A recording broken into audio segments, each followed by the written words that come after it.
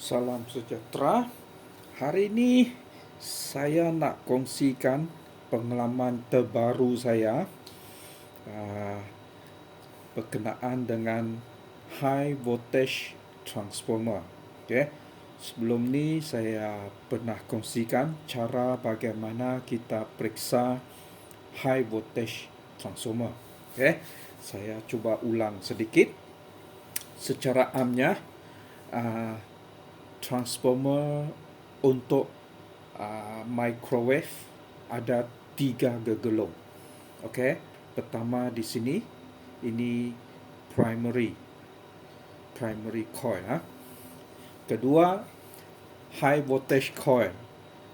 Satu di sini pada chassis dan satu lagi di sini. Okey, yang ini akan disambung kepada fuse dan disambung kepada kapasitor.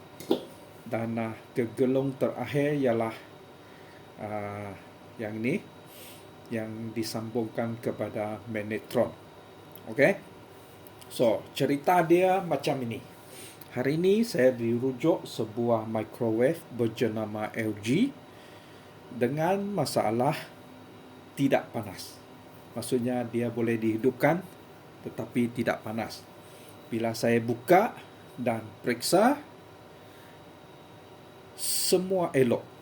Okey, dengan menggunakan multimeter semua elok.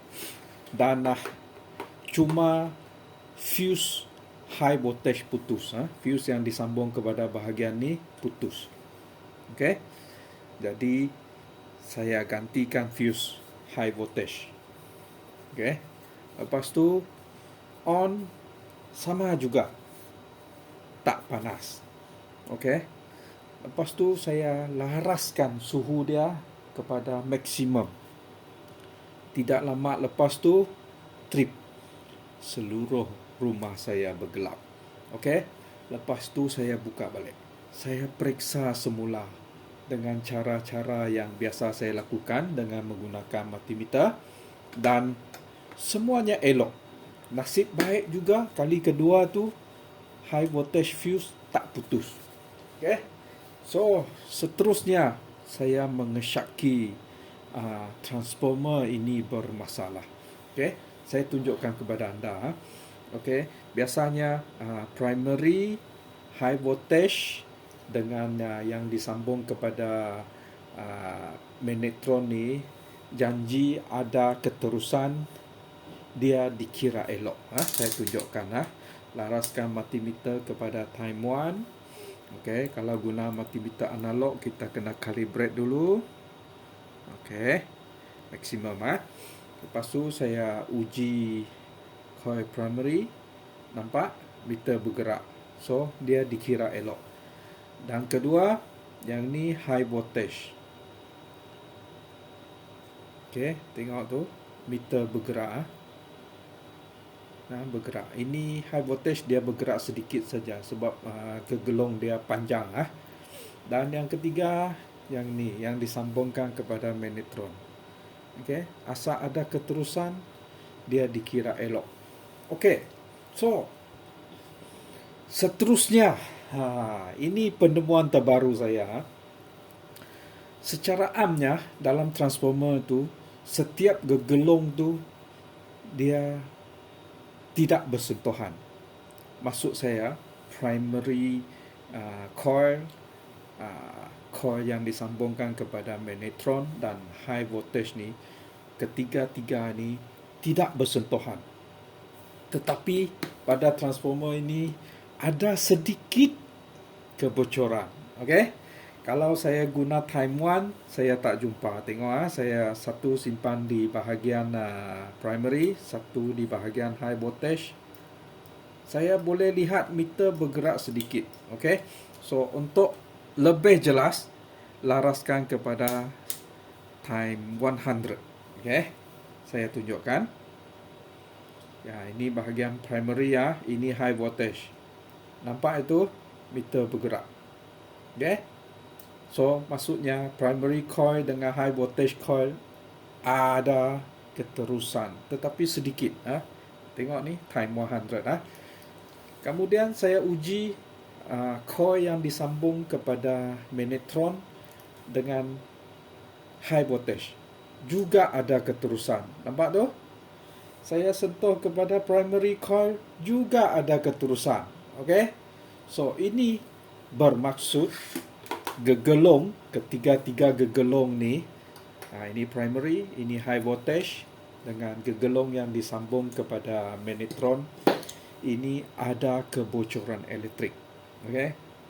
Lepas tu bila saya perhatikan gegelung primary, dia kelihatan masih elok. Okey? So, saya tidak pasti di mana kebocoran tersebut berlaku. Okey?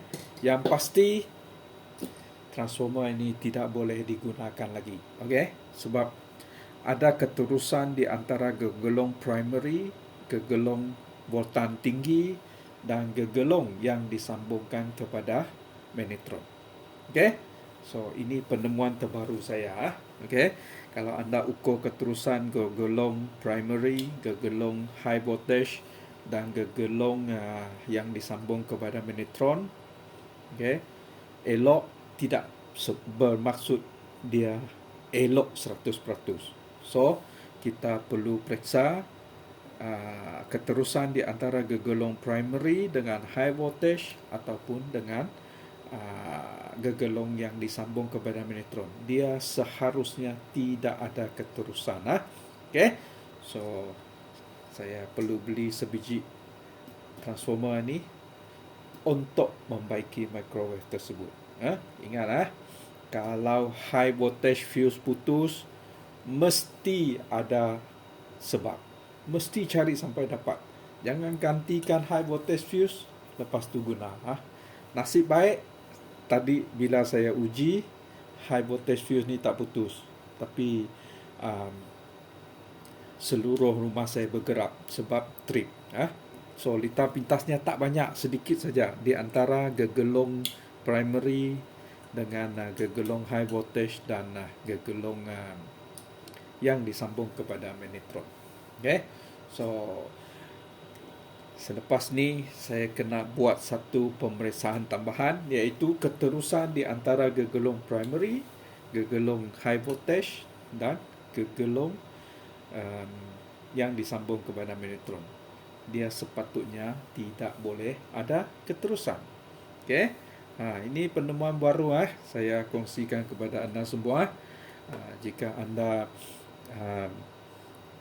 ada membuat kerja-kerja troubleshooting ataupun membaiki